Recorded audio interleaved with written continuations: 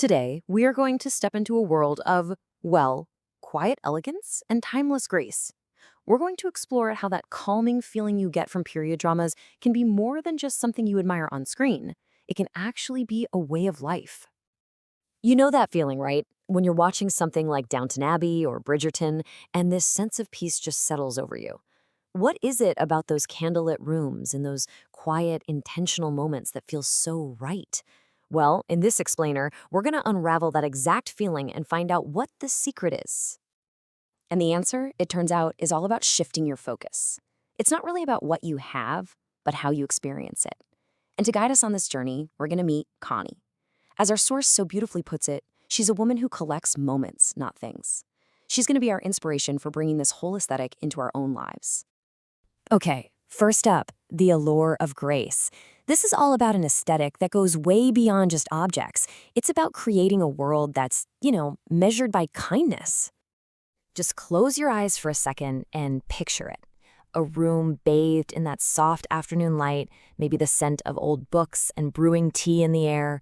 The velvet drapes are hanging heavy and silent, and the only sound is that gentle clink of porcelain. See, this isn't just a scene from a show. It's a feeling, a whole state of mind. And in that world, every little detail matters. The delicate pattern on a teacup, the worn spine of a book. Every single object has its own story to tell, a history that just adds to the richness of the present moment. And here is the absolute key. This is not about creating a perfect-looking home for Instagram. No. It's about creating a space that actually reflects who you are on the inside. The calm, the warmth, the beauty, it all has to start from within.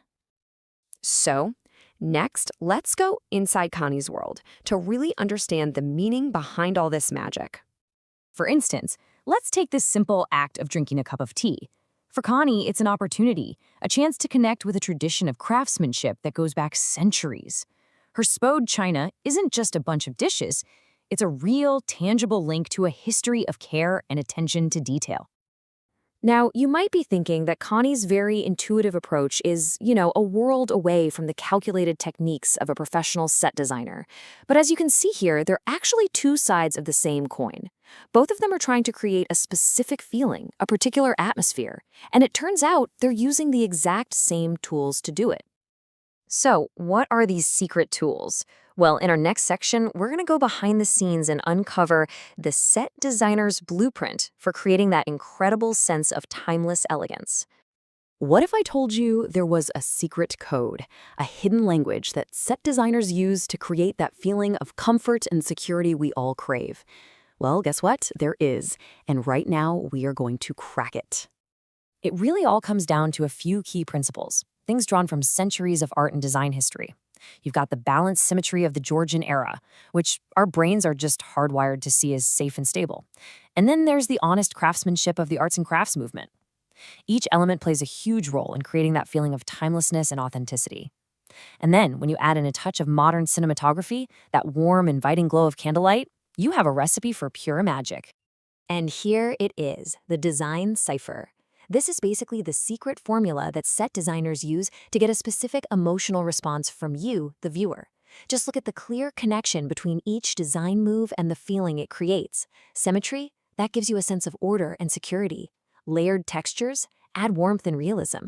And a muted color palette, well, that soothes the eye and brings up a sense of nostalgia. It's an incredibly powerful tool, and now you know how it works.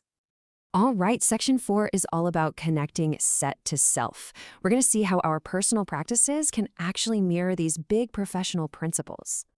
So let's start with one of my absolute favorite principles, the arts and crafts idea of truth to materials. This is all about celebrating the natural beauty of things, the story that's already embedded in the grain of the wood or the weave of a fabric. It's about finding beauty in what some might call imperfection.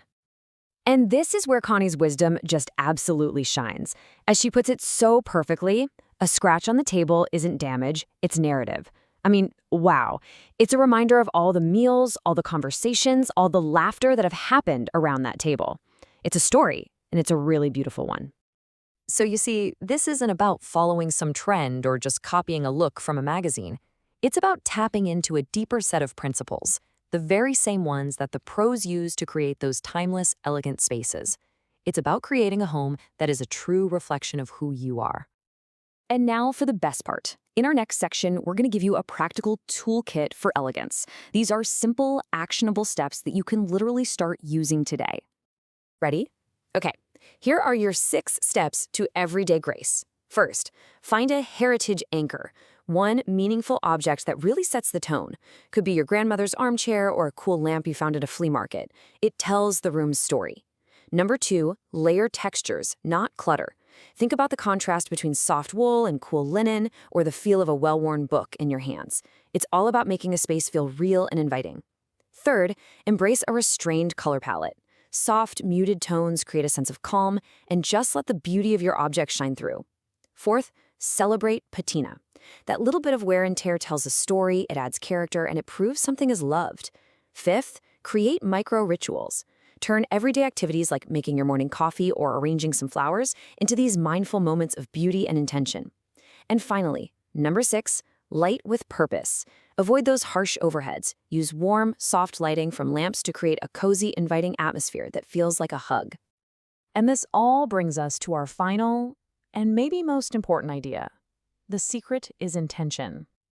This is what it's all about. This is the living design cipher. It's this beautiful cycle of cause and effect. See, when you create order in your home, you create a sense of harmony in your life. When you take time for reflection, you cultivate a feeling of warmth and connection. And that warmth, in turn, creates this deep sense of belonging and memory. It's a beautiful, self-perpetuating cycle. And so, we get to the real heart of the matter. The secret to a life of everyday grace isn't about money or having a bunch of expensive possessions. It's about something so much more valuable: intentionality. It's about making a conscious choice to find beauty and meaning in the small, everyday moments. And I will leave you with this final thought, a simple but really profound truth. Gentleness is a strength, and beauty deserves attention. In a world that so often feels loud and chaotic, taking the time to cultivate just a little bit of grace in our lives, well, that's almost an act of rebellion. It's a way of saying that beauty matters, that quiet moments matter, and that you matter.